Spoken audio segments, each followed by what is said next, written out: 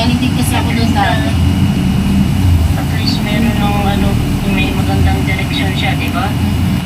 O di si ano na lang naiwan doon, si Kuya Imay, tsaka si MM. Oo, si MM naman. Bakit si MM high school na rin?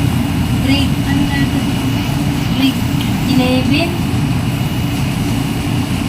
Oh, grade 11. Wait lang, tayo CR lang ako.